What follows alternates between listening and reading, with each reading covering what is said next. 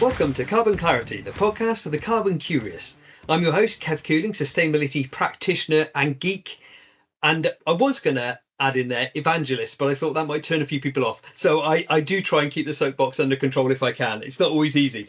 But anyway, this week I'm absolutely thrilled to be joined by Joe Jack Williams, the head of regenerative strategy at Bywater. Hey Joe, how you doing? Yeah, great. Really, really good to catch up, Kev. It's been far too long, so it's It has nice been to have a an long excuse while. It has. It's nice to have a good excuse to have a good natter rather Brilliant. than just a pint. Yeah, and a good exactly. natter. Exactly. Maybe we should have done this later in the evening and then we could have had a pint. Anyway, we mustn't get into that. Right. But it's great to have you on. Thanks for coming on. I'm sure we're going to have a really interesting chat. What I'd love to do, if you don't mind, to give the listeners some sense of who you are and your kind of credentials. Perhaps if we can start with a 5-minute potted history of your career so far. Yeah, of course. Yeah, so I've been working in buildings for 20 years. About midway through my mechanical engineering degree at University of Surrey, I had to take a placement year, and it was very nearly Triumph Motorbikes. What could have been? Oh, I know. But instead, I ended up doing building physics at a company called Parsons Brinckerhoff. I had no idea what I signed up for, and that was 2005. And so I just kind of carried on. When I finished my career, I was doing building physics. I finished my degree. I was doing building physics and mechanical building services design, doing lots of survey work. Ended up working for ERS for a couple of years. And then I got bored and thought, construction's the worst industry. I'm done. I'm burnt out. I just want to do something more fun. So I quit, blew all of my savings traveling around Asia. This is sort of 2009, thinking by the time I come back, financial crisis will be fixed. Life's going to be great. Yeah. And what was your favourite place in Asia? Oh, quick aside. Nepal. Go see the Himalayas. There is nothing more kind of humbling than we spent 7 days trekking 4,500 meters up, only to find there's another 4,000 meters of mountain above us. You just kind of go, that's just insane. I was a wreck. Wow. Go to Nepal. Everybody should go to Nepal. It's right at the cutting edge. Maybe not everybody. That would be a terrible burden on the local population. But maybe just a select few, perhaps, in a very sustainable way. Yeah, exactly. And if you do go, obviously, then stay there for a bit and travel overland, which is what we did. Absolutely. But it was great. I mean, it was fantastic. We blew through all of our savings and came back to find that the 2010 still kind of a financial crash. Sort of stumbled into an engineering doctorate at UCL and Field and Clegg Bradley, which is looking at sort of evaluating the built environment of schools to understand what makes a good or bad school. So then we could understand how to make a sustainable school, because we didn't really know the value of, say, a window. Which is FCB are an architectural practice, right? So exactly, yeah. So I came in as part-time with FCB, sort of full-time researcher at UCL in between the two. So an FCB at that point had written lots on school design. Peter Clegg had been championing it since the 90s, and they were writing some of the sort of forerunner documents for the Building Schools for Future program. Really exciting stuff. Had an amazing number of schools, but when I joined, Michael Gove came in and axed the Building Schools for Future program, for better or for worse, which meant that my doctorate became slightly political, which was really good fun. And I just carried on at FCB once I finished, so I became their full-time in-house researcher, which gave me sort of freedom to be a couple of pages ahead on everything.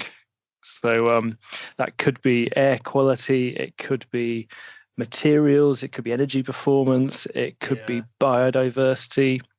And I stayed there 14 years in the end. Became a partner sort of 2003. And then last year I took the sort of big leap to sort of go to the other side of the table so I can bang my fist on the table and feel the power, my slow movement towards dictatorship.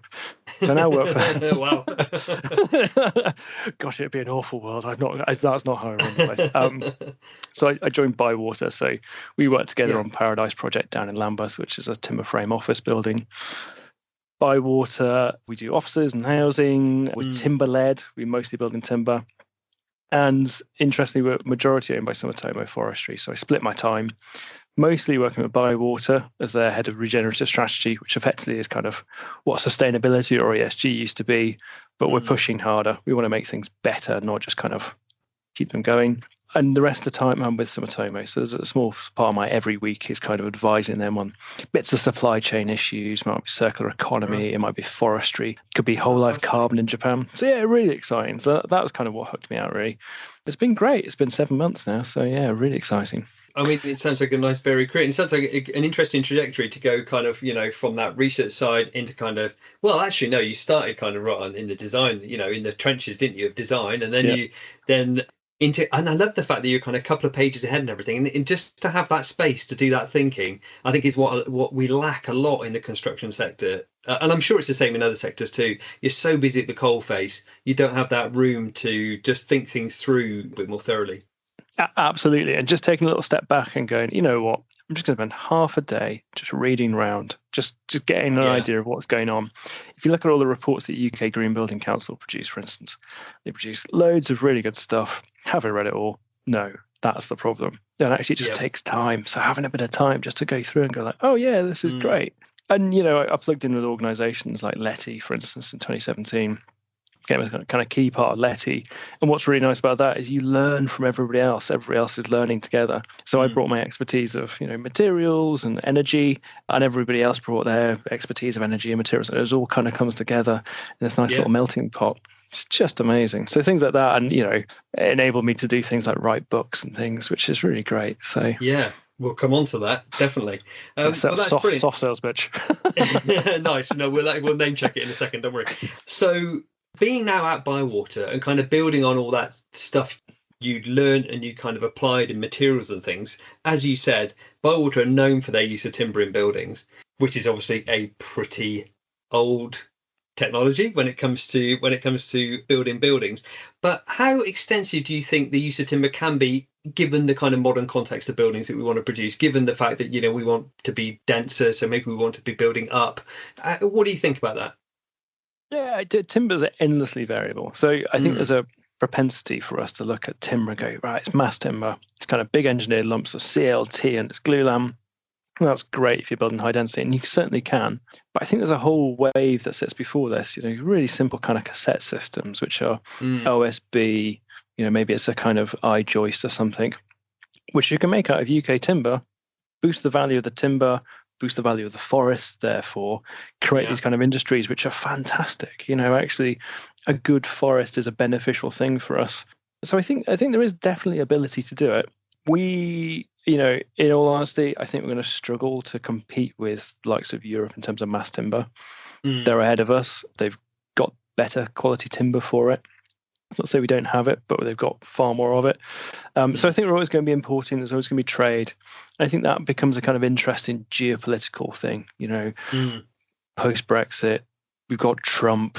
If you look at things like the Ukrainian war, these things all play a part in it, and they affect all the other materials as well. But timber seems, So I think it's a really beneficial thing. I think it's definitely doable, but I don't think there's a magic answer. I think that's the key. Do you think then that, I'm thinking of huge buildings like the new Google headquarters at King's Cross is kind of largely, there's a lot of timber in that, right? And one of the challenges that we hear about quite a bit is kind of the insurability of those buildings and kind of, fire risk and all that sort of stuff. Where do you stand on that? Yeah, it's so insurers will insure anything. Well, no, it is kind of nonsense. Insurance, they'll insure anything. You might just have to pay for it. Yeah. And what I met, there's a great chap called Dominic Lyon from Gallagher's Insurance, who are an insurance broker. We work with Gallagher's fairly regularly, and they work with Built by Nature and other kind of groups. They're really forward thinking. The key is just engagement. If we just turn up with a building, say it's timber, insure it, they're going to whoa, whoa, whoa, whoa. Quite right. Yeah. How good is it? If you look at how good we are at constructing buildings generally in the UK, we're not fantastic at it. We're okay. Grenfell has really shone a light on how many corners we cut and where we don't think that kind of safety is. And it's all about fire. If you look at something like a timber building, if you engage with the insurers, they're fine. You might have to do a bit of work. There's a bit more upfront coordination. You have to think about your details in far more complex way at an earlier stage than you perhaps would. That's doable. It's the same as passive house. If you work on a passive house building, you've got to think about those details right at the start. Otherwise, it costs you a fortune to build. So it's very similar. Yeah, it's interesting, I'm just thinking about that engagement thing. I'm thinking back to all the design team meetings that I've been in, and never has there been anybody from from the insurance brokers in the design team meeting ever. I mean, occasionally somebody say, "Oh, well, I've spoken to the insurers and they aren't sure about the fire curtains on level 3." And you think, "Oh, right, okay," and that's as much as you get. But I think, yeah, I mean, they're never at the table, are they?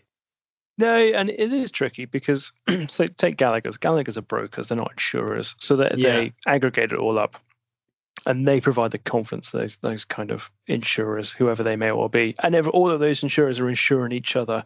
It's a really horrendously complicated market. All God, it is, it's isn't it? about managing risk, right? So they manage risk in the multiple ways that they do. But once you start talking to them, they're really insightful. So Dominic Yeah. Lyons is my favorite thing from Dominic. He said, when a concrete or steel frame building, burns down, we assume that 40% of the building is destroyed, and therefore insurance is going to have to pay to repair 40% of that building or Right. replace it. Mm-hmm. In a timber building, because you don't really know what's going to happen with it, there's not many timber buildings burnt down, you assume 100% of the building is going to burn down, or it's going to be damaged beyond repair. And that might be fire, and it might be water damage. Therefore, your insurance is already 2.5 times the price. There's your start point. And then it's the sort of design team position to say, well, actually, no, we don't think that'll happen. We think this is going to be fine. And when you start to think about Grenfell, that's not an insurance issue. That's a building control issue. That's life safety. So it's really important to kind of separate these bits out. But as soon as you start working with them, they're great. They're really engaged. This is what they're crying out for. They want to have the confidence. They want to ensure things that are low risk because that's how they make their money. Yeah. Oh, that's a good insight. That's interesting. So there we go. A call for more insurers at the design team table. So think we talked about a few different materials, haven't we? Concrete, steel, timber, and so on. And just to name check your book, which you co-authored with Hattie Hartman, and is available from Reba Books, The Materials Environmental Primer. So just tell me about the book. What were you trying to achieve with the book? What does it cover? What about materials? Well, this is it. There's a couple of things. One, I think, and this is something I've experienced in my career, where you pick up, we're designing buildings. I'm not wondering about supply chains. I'm picking up a catalog or I'm downloading a PDF and I'm picking something and go, da, da, da, yeah, great, fantastic. But I'm picking things that have a real environmental impact. There might be a hole in the ground, a literal hole in the ground somewhere that's got my materials in it. And there might be a supply chain that's been extorted all the way through. Think about some of these rare earth materials. So the kind of key underpinning bit of the book was just to reconnect people with how complicated materials are.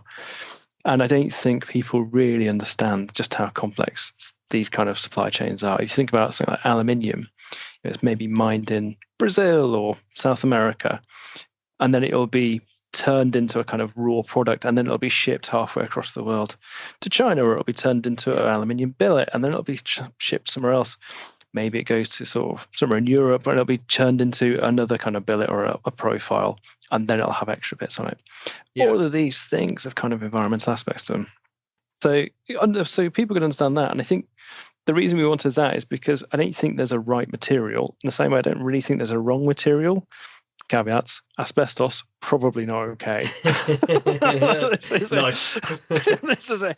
I think there's probably a few that lead, maybe don't have lead paint inside, those kind of things. Yeah, I think that's fair enough. Yeah, there's obvious ones, but we wanted people just to be able to make informed decisions, and then they could start to, as soon as you write a book, the book is out of date. What we wanted people is to understand where things come from, and therefore they can always be at that kind of head of the curve. So that's where we got to with it. And we had this amazing panel of authors who just, so much knowledge. Incredible. Fantastic. I mean, you're right though, aren't you? Because it's not even only, I mean, let's contain ourselves to the construction sector, but literally you pick up the phone and you say, I need 10 tons of sand.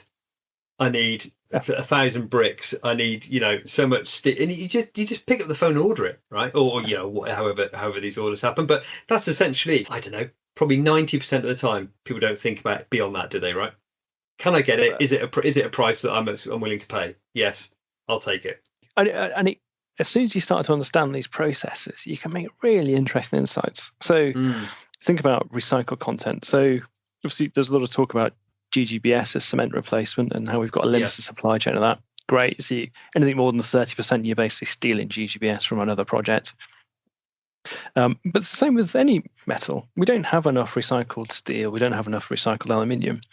And if you're starting to recycle steel, then you're also probably stealing it from automotive industry or other industries that might want that steel. And, there's bits and pieces that go with this. They have to work with it. But it's really complicated. We're not just in a kind of bubble. Yeah, that's an interesting thing, isn't it, about abundance of these various materials, whatever they might be. And when I was chatting to Gavin Mudd a couple of episodes ago, whenever that was, he's the director of the Critical Minerals Intelligence Centre. He was talking about the fact that actually criticality is completely subjective, because if I happen to have a whole shed load of, let's say, mass timber forest like is mass timber, then it's not critical for me. It's abundant. I've got loads of it. But for a country that hasn't got any that wants it, could well be critical. So that abundance thing is actually really important, isn't it? I mean, if we're talking about one of these rare earth metals that's used in the magnets in a wind turbine or something, that also, but all these normal materials, it's the same. I tell you a really interesting observation that Gavin made. He was saying that in the Middle East, where they have quite a lot of sand, none of it's any good for construction. No, it's the wrong kind of sand. It's the wrong kind of sand. I mean, Network Rail could have come up with that excuse. I mean, it's a classic. It's bonkers because you basically know what you kind of want: river sand. It's been tumbled in the right way, rather than wind-blown sand, which doesn't have the right grippiness. It's bonkers. So we did a project in when I was at FCB Studios in Jordan. Fantastic. We want to make it low carbon, but there's not really a lot of natural resources in Jordan. You've basically got stone. And it's just really interesting because all of a sudden your mind is laser focused. If you look what's abundant, we should make it out of timber. It'd be fantastic. It's like, great. There's no forests in Jordan per se. Like, what do you get? What do you want to do with this?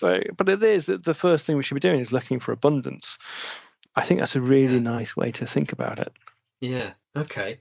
So what about then? Do you see any kind of? Do you foresee, having written the materials book, do you foresee any kind of big issues coming down the track for the construction sector around materials generally, or you're going to say we need to build more timber, maybe? Is that going to be your take? Of course, but we should build more buildings in timber.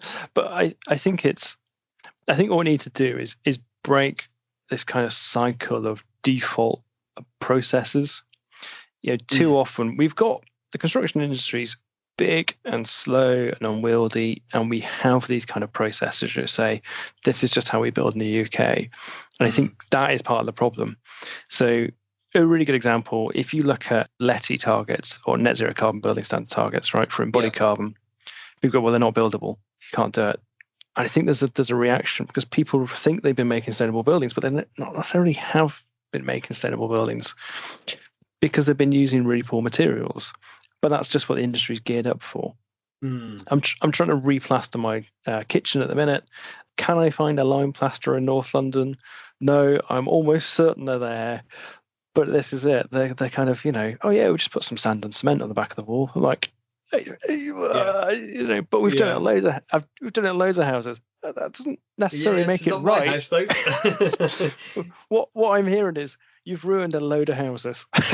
Right, okay. That may not be the same interpretation that they've got, but nonetheless, I see where you're coming from.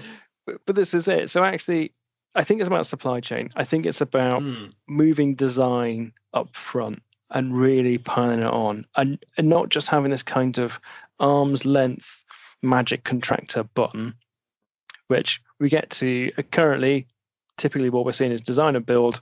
We get planning end of stage 2, early stage 3 maybe, and then it goes to the contractor, and then they have to fix all those kind of problems. Actually, we've almost as an industry devalued ourselves, that we've stopped being able to build stuff, and you've got this kind of yawning chasm between the two of us. What we need to do is build it together. So we have those skills and understanding how things are made. And therefore, when we talk about replacing, I want to put, it's in my kitchen, it's, 15 square meters. It's not a huge amount of lime.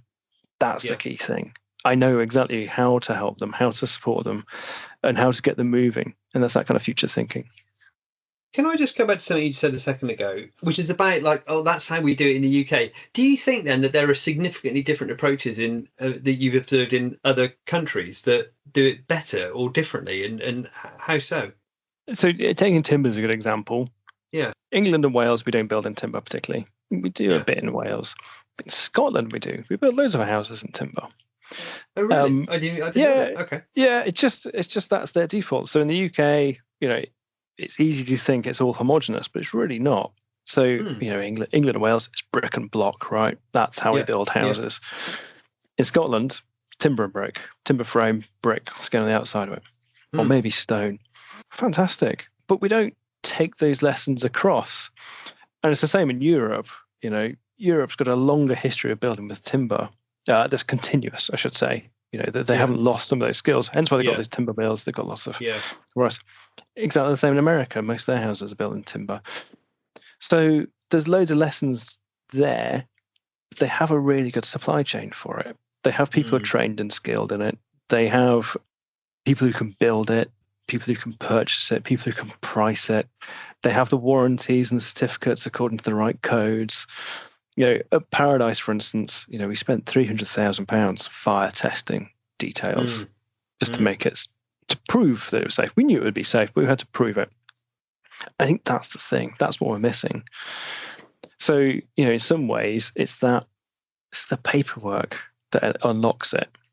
You know what? I mean, there's so much in this, isn't there? I mean, I'm making notes here as we're talking, and there's quite a lot that we could dig into. But let's dig into that supply chain thing just for a second, because and particularly around the idea of skills. So I started off in the late 80s or whatever it was, doing an electrical apprenticeship, became an electrician, and that I watched that trade kind of become devalued over the years, and we started to lose domestically the skills that we had. And you're right, as soon as you kind of stop doing a thing like making buildings out of timber, the skills aren't demanded, so nobody trains those people to do those things.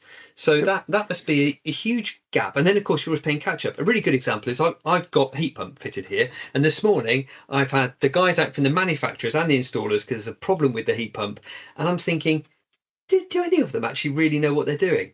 And do you know what I mean? And I think that's a problem, isn't it? This is where innovation becomes kind of really complex, because take exhaust air heat pumps. I think they're fantastic. They are the right solution for a number of buildings in the UK, particularly small houses that are sort of passive house standards. Can you maintain them? Maybe. If you can find the right person, it's Jim Bob, the technical guy who stretched across, the whole southeast region or something. Yeah. You find those key guys. You need that name and that number. Once you're there, you're sorted. But it's getting it's a problem. But exactly. There's a really nice story from the early 90s. In Bath and North East Somerset, they realised that they needed more, as it was at the time, Corgi engineers, gas safe now, because there was a limited supply in the local area. They wanted to get more people off electric storage radiators, this kind of thing. But there just wasn't enough people there. What they realised is through a kind of, I think, a sort of proto-social impact bond, they could get people who are at risk of reoffending. Maybe they, done some low-level crime.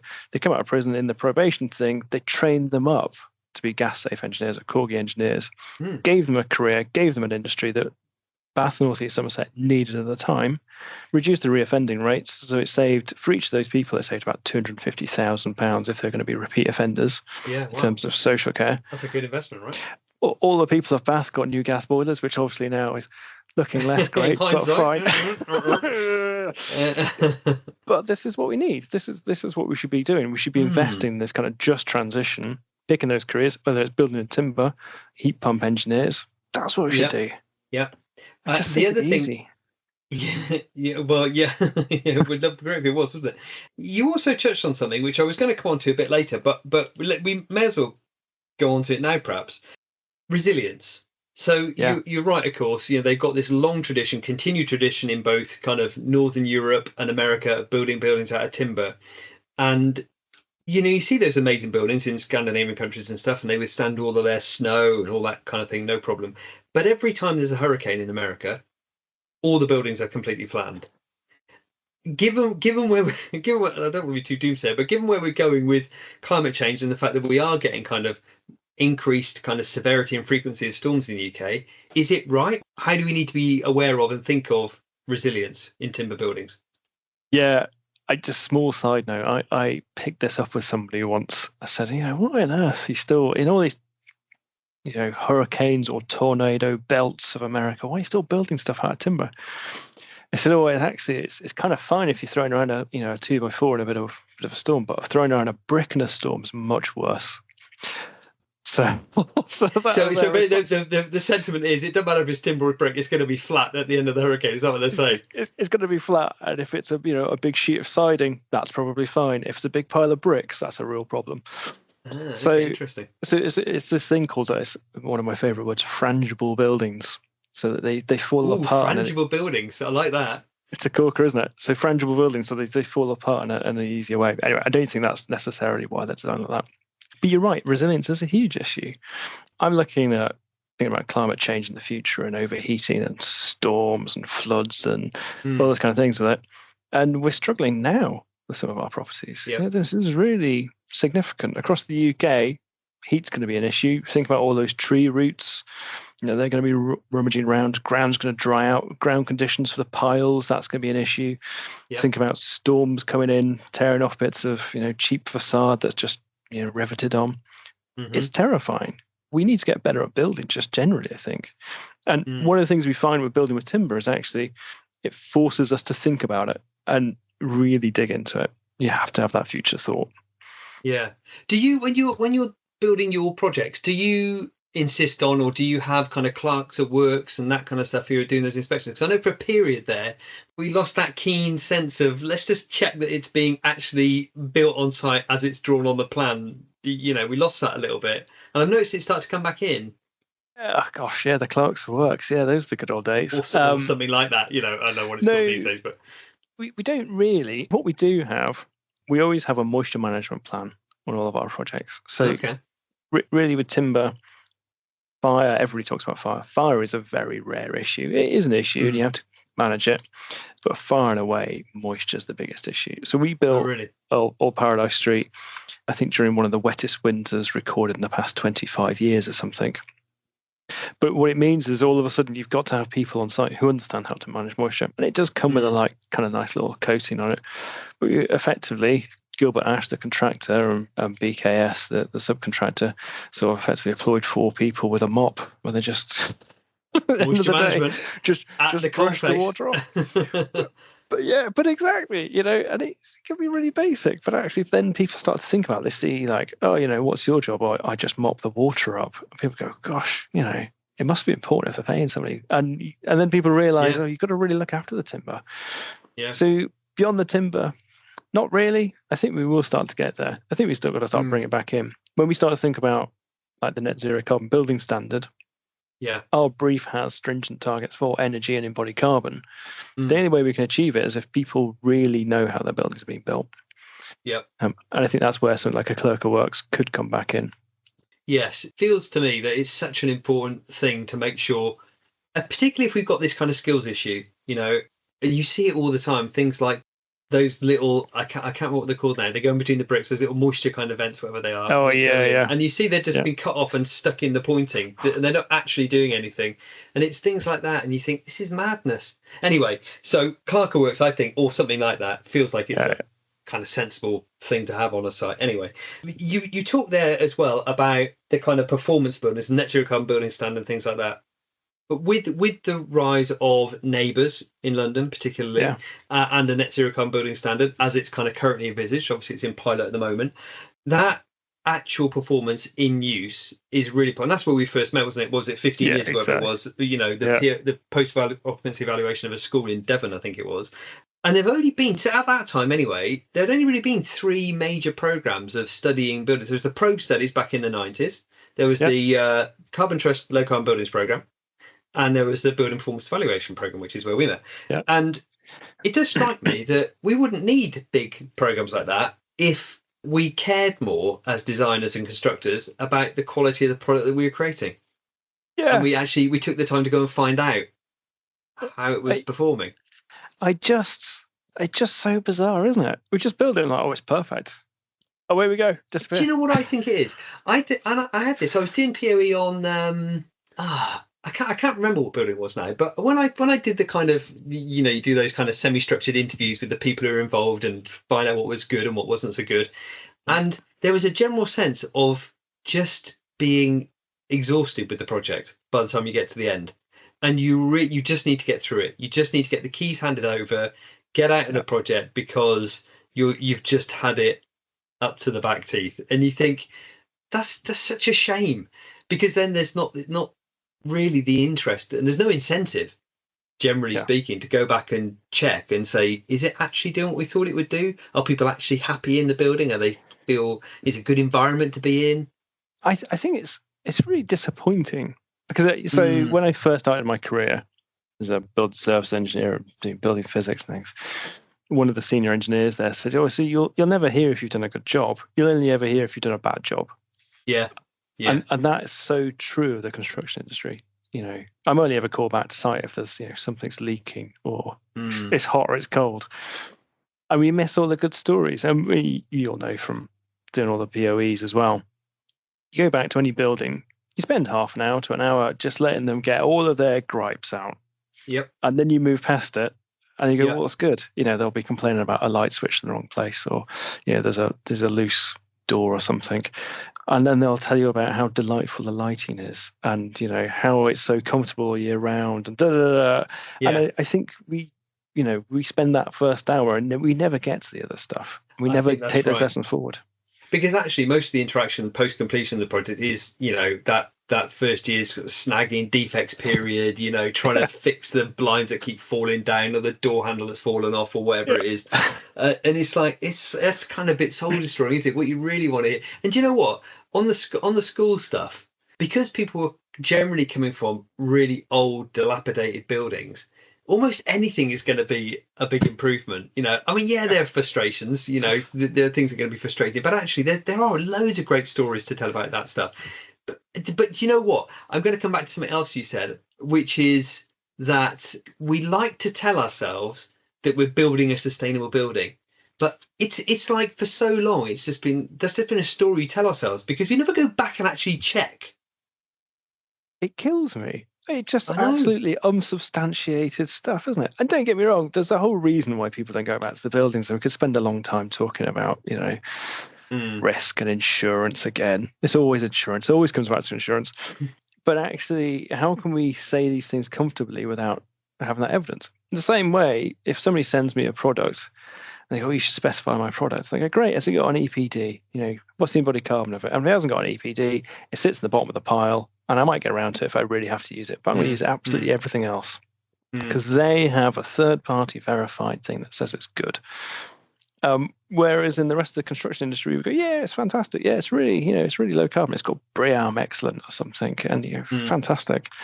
But I can't go back in and measure the BREEAM Excellent. There's no meter for the BREEAM score, is there? You know, it means nothing. You know what? I mean, I think, I mean, and I don't want to, I'm not here, you know, on the BRE's behalf, but if done right, I think there's not much in the BREEAM assessments. If it's done right, you know, it's almost always an improvement in some way. But I totally take your point. Do you know what? I remember sitting down when I was at ACON, probably, I don't know when this was, maybe around some, we were working together actually, and I started to write a letter to SIBSI, because at the time their Sustainable Building of the Year didn't require any assessment of the actual building in use. It does now, but it didn't then, and it was just like, I just couldn't understand how you could award a building that award without any evidence. It's just mad. Completely. And I think there's something about it, you know, it's really interesting if we think about marketing and getting buildings in, and how much, you know, it's an architectural practice. When I was at FCB, you spend a considerable amount every year trying to win new work. It is way cheaper to have repeat business, and that is such an important thing. And I think this is overlooked. If you go back and you spend a couple of years, and it's not, you know, it's not there every day or once a week or whatever, it's one day a quarter, going back, checking how things are going, advising them, getting an idea, just being around and making sure the buildings, as you know, as described. We said this is going to be a sustainable building. Oh, it's not. Okay, well, it looks like these things might be playing up or whatever else, you have such a good rapport with that client. They're going to recommend you to all of their friends. And guess what? If they're a client for that building, they're probably mates are probably clients for other buildings as well. And it's way easier. So there's loads of co-benefits. So not just the kind of sustainability hat, that I wear. I really want to make a difference. That's the key thing. I want to know the buildings we build aren't contributing to climate change in a major way. They're doing it in as minor way as possible, if not making it slightly better. But from a pure business sense, it makes a load of sense. We'd happily sink 4 weeks of an architect into doing a bid, but we wouldn't give them 4 weeks over 4 years to go and look at a building. I mean, that put like that is so, it's such a clear argument, isn't it? That it kind of beggars belief a little bit, but I think that is just rife. That attitude is absolutely rife across the whole industry, unfortunately. But there it is, I suppose. So in terms of POE then, and in terms of kind of measured performance, do you think, and maybe when we move into this, do you think it should just be mandatory? All buildings, you have to go back, you have to check it's doing what you said it would do. One of the challenges with that, of course, is that no one party is, if we take energy consumption for now, no one party is solely responsible for that, are they? It's the way it's designed, the way it's constructed, the way that the people are using it, all of that plays a part. So could we ever mandate that? Gosh, it's a really tough one, isn't it? I'd love to say yes, absolutely. We should just absolutely nail it and get it done. But I think it needs to be slightly softer. It was interesting. You mentioned Neighbours earlier. Neighbours has got a lot of those functions in it anyway. Yeah. An ability to deal with those kind of variances. And it works kind of well for offices. It's not really so easy for houses. I think that's one of the key things. So, but I do think something like a deck certificate, rather than an EPC, just give a year's actual energy data and just publish that. And then all of a sudden, if it's really high, oh yeah, fantastic. It's because I'm mining Bitcoin in the basement or whatever else. At least you can have an informed discussion. Or growing ganja in their spare bedroom or whatever. Exactly. It might be. But yeah, I mean, I'm also just realising that this episode is entirely focused on the construction industry. So there are a few acronyms that we've spouted here, which people may not be familiar with. I will put them in the show notes, so you will hopefully become familiar with a lot of those things. Okay, so I mean, I tell you what, I was at a conference once, and somebody was and it was about insurance, funny enough, and somebody was talking about this idea of shared risk. And one of the problems that we've got is that nobody wants to take responsibility for the performance of building. I think it might have been in the context of maybe even Building Schools for the Future program, where the contractor was kind of on the hook for a percentage of the energy consumption or something. I can't remember exactly the mechanism now. Yeah. And some contractors were getting they clocked it quite late, and they were like, hang on a minute, this is a problem. And at this conference, somebody was addressing it and saying, nobody wants to take that responsibility on themselves, because it's not just it can't just be them. Yeah. It needs to be spread of risk. I think one of the interesting things about contractors, and I was flippantly said we're not great at building buildings. We're fine at building buildings, but we don't have the regulations or reasons for them to build better buildings. I think that's the key. And if you think about how much risk contractors take anyway, they've got to manage a whole number of subcontractors. Think about how often subcontractors are so tiny. They are wafer thin. Yeah, and all it takes is a war halfway around the world, and all of a sudden all of those profits are gone, right? So it's really important that risk is spread. And there are some really good insurance captive mechanisms where you insure the whole team together. That's really what this guy was on about. Yeah. Yeah, exactly. So it kind of works. It might have been something like Tim Dendecker from Lignum or somewhere. But there's a few really interesting ways to do it. If you think about design and build as a good example, as we build a lot of buildings using design and build. And what it means is the original design team go from working directly for the client, the person who's going to operate and own the building, and then they get novated across, and then they work for the contractor. Yeah. Which means that all of that design team can no longer necessarily work for the client without undermining the relationship between the contractor and the client. So if you think about how those insurance works, now there are ways of doing it. You can get client management rules and other kind of things, but they tend to be marginal.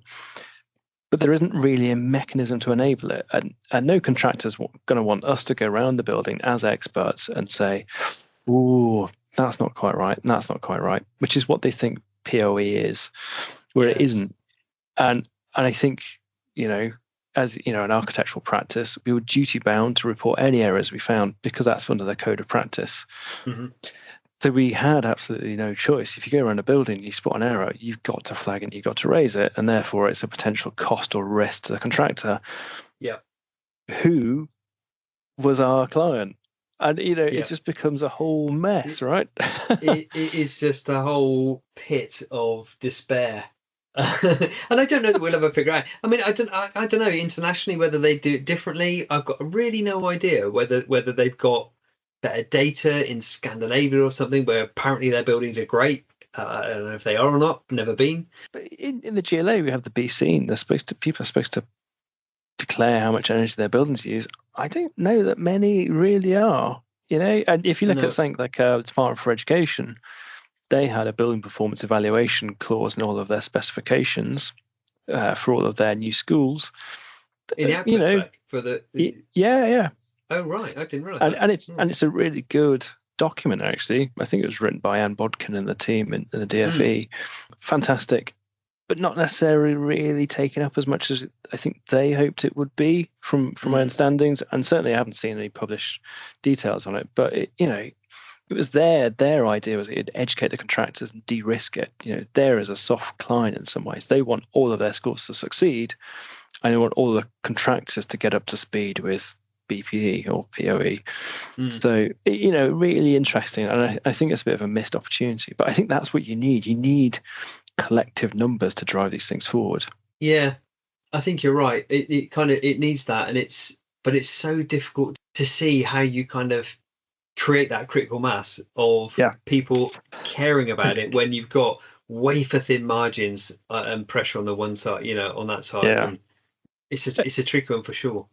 Yeah, and I think just about we're talking about tier 1, tier 2 contractors, right? Mostly these are the ones when we were doing POE, we're talking about the big guns, whereas actually lots of stuff is built by glorified man in a van. They might build 2 houses a year, 3 houses a year. They have just an important function. All of these kind of small home builders, they're not going to have any of these kind of intelligence for this kind of side to it. They are very much, they've got to get the house up, they've got this much funding, get it out, get it done, move on to the next deal. And they need the support. Those are the kind of people I'm really concerned about. In some ways, your big tier 1 contractors, they should just be doing it. They should. You're quite right. You are quite right.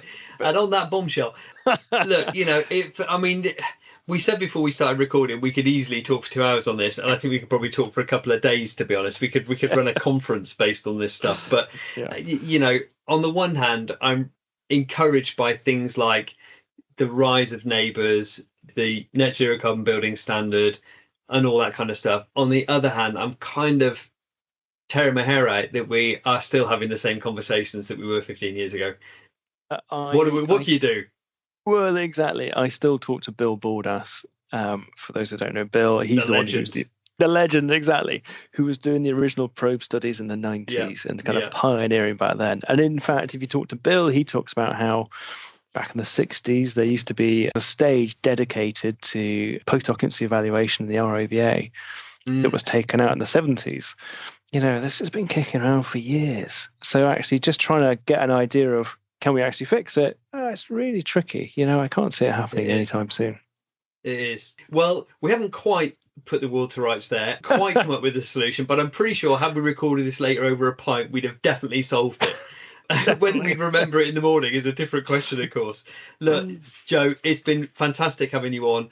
Thanks. I definitely feel like we should get together again and explore this stuff a bit more, and maybe even get somebody else on as well and do a kind of a 3-way kind of conversation about that. Get somebody else's perspective on it too. I think that'd be really interesting. I think that'd be great. I think there's a whole raft of interest, but actually the whole point here is it's not one person, it's not 2 people, it's collaboration.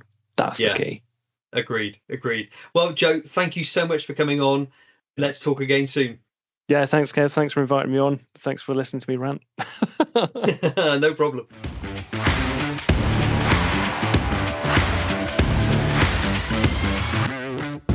Thanks for listening to Carbon Clarity. If you enjoyed the show, I'd really appreciate it if you hit the like button, share it with your network, and subscribe to make sure you never miss another episode. Catch you next time.